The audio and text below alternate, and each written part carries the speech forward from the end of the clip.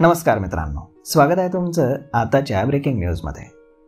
मित्रांनो, लाडकी बहीण योजनेमध्ये झालेले एक घोटाळे आता समोर येत आहेत।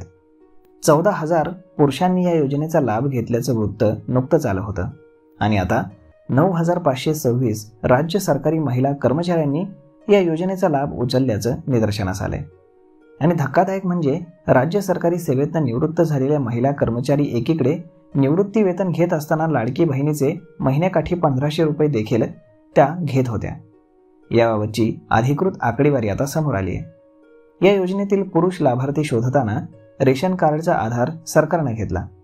आता सरकारी कर्मचाऱ्यांबाबतची छाननी करताना सेवार्थ प्रणालीचा आधार घेण्यात आलाय आणि त्यातून ही गडबड समोर आली आहे।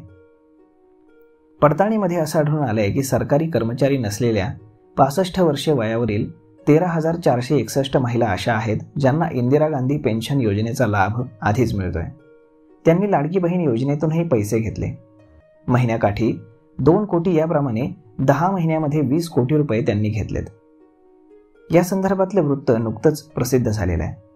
तर मग अशा प्रकारे या महिलांनी तेव्हा 9 महिन्यामध्ये प्रत्येकी 13,500 याप्रमाणे 3,58,00,000 रुपये हे नियमबाह्य घेतले होते। मात्र या महिला कर्मचाऱ्यांवरती कुठलीही कारवाई करण्यात आलेली नाही। तसेच निवृत्त झालेल्या 1,232 महिला कर्मचाऱ्यांच्या खात्यामध्ये योजनेचे पैसे 8 ते 10 महिने जमा करण्यात आले होते।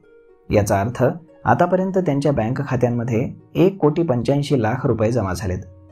सध्या सेवेमध्ये असलेल्या महिला कर्मचाऱ्यांची पडताळणी करण्यात आली आहे, तेव्हा 8,294 जणींनी या योजनेचा लाभ उचलल्याचं समोर आलंय।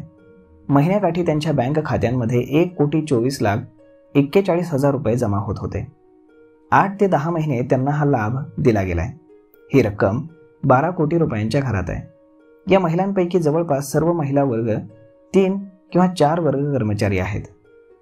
तर मग मित्रांनो, अशा पद्धतीनं आता लाडकी बहीण योजनेतील घोटाळे समोर येत आहेत।